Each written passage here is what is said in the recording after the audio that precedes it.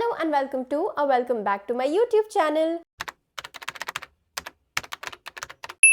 So we're definitely taking the self-help category to a whole new level with these consistent videos, and I am not complaining. I'm so glad that we are. So in today's video, we are going to learn about the 3 ways that you can find the right partner for yourself. So if you follow me on Instagram, you probably know this, that the most viewed, liked, appreciated content on my Instagram is the one with my boyfriend or the one about my relationship.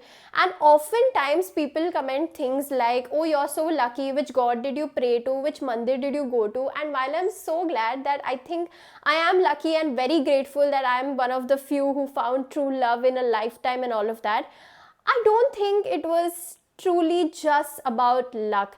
I think it had a lot to do with being in a string of really bad, heartbreaking, toxic relationships that made me realize a lot of things about myself, about others, and about the kind of partner that I want for myself. And to be very honest with you, I would hate that everybody has to go through these multiple relationships just to realize that this is what they need to do. And so, which is why I thought of this whole video, to make things much more easier for you. To start off the video, I just want to say that to be able to attract the right person, you should be the right person to begin with. Like, you can't attract a green flag when you're a walking example of a red one. So the first step is to leave the wrong person. Think of your world as an Instagram algorithm. The more you keep liking and engaging certain kinds of reels, the more Instagram shows you the same kind of content, until one day you decide that this is not something you want to see, and you click on the not interested button, and then it starts showing you different kinds of reels until you keep scrolling and you like something, and that's when your entire feed changes. Correct? But you can't meet new people if you're stuck in your old patterns, if you're stuck in choosing the wrong people, if you're stuck in that same toxic relationships. Oftentimes we don't get out of toxic relationships, friendships, and all of that because this would mean getting out of your comfort zone and exploring change. And change is always painful, change is always difficult, and in fear of facing that change, we continue to remain in our toxic comfort zone. Comfort sounds like a good word, but oftentimes it's not. To be able to meet the right person, you need to tell the universe that, hey, this is not something I want, and I'm going to choose to get out of it. I'm going to choose to show the universe that I am not interested in these toxic relationships, so that it realizes that you are ready to now meet the right person for yourself.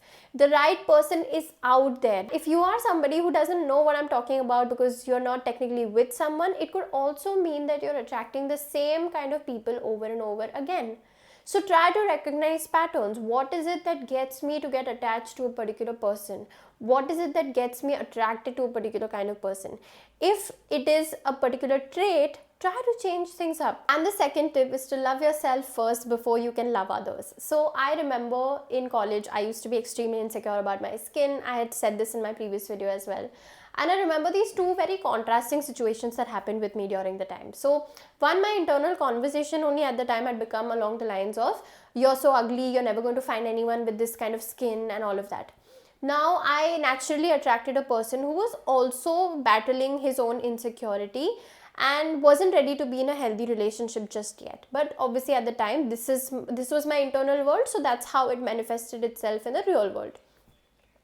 When the two of us got together, we ended up being in a very possessive, very toxic relationship where I would get insecure and possessive every time I would see him talking to a girl who, in my opinion, had really pretty skin, even though there was nothing going on there. And similarly, he used to get possessive every time he saw me start talking to a guy who was very charming or confident in the way he spoke, right? Eventually, we ended up having a lot of fights, a lot of arguments, and a very painful breakup. And after the breakup, that whole thought process in my mind that I don't deserve love, that I don't deserve anything good in life, actually got reinforced in my mind, right? I started believing it further. A couple months later, I ended up meeting somebody who is a green flag. He is super confident about himself, loves himself.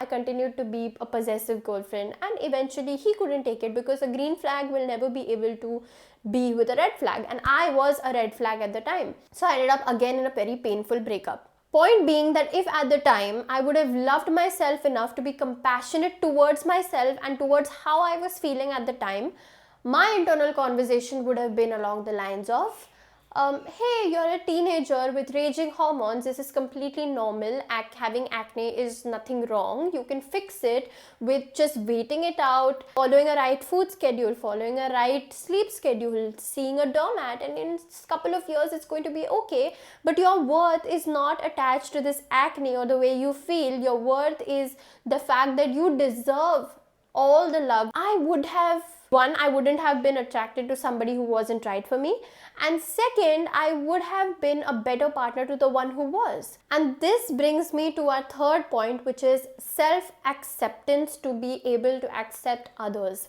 To be able to love yourself, or like the first step of self-love is to be accepting of yourself as you are. Whatever you are, however you are, you need to accept yourself. This is what I am, and you should be okay with it. It's one thing to change habits, it's one thing to improve certain things about yourself, because we are all on a journey of growth and progress.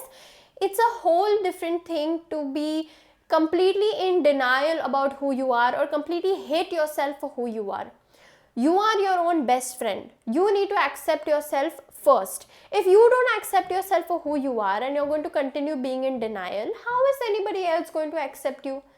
जब आप खुद को ही accept नहीं करते तो कोई और क्यों करेगा? I like ABC, I do not like XYZ, but this is who I am. You are the only one single piece in the whole world that was created a certain way.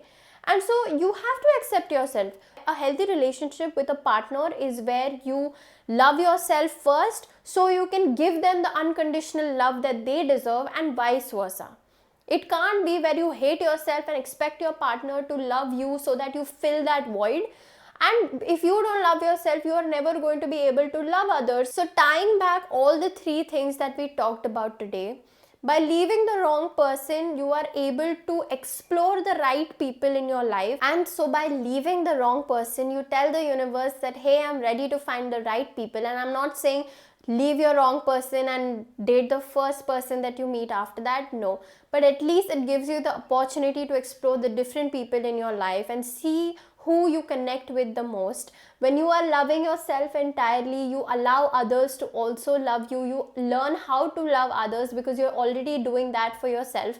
When you accept yourself for who you are able to accept others, and they are able to accept you. These are the ways that you tell the universe that you're ready, and now you have all the ammo that you need to create authentic relationships and be in actual, healthy, real relationships.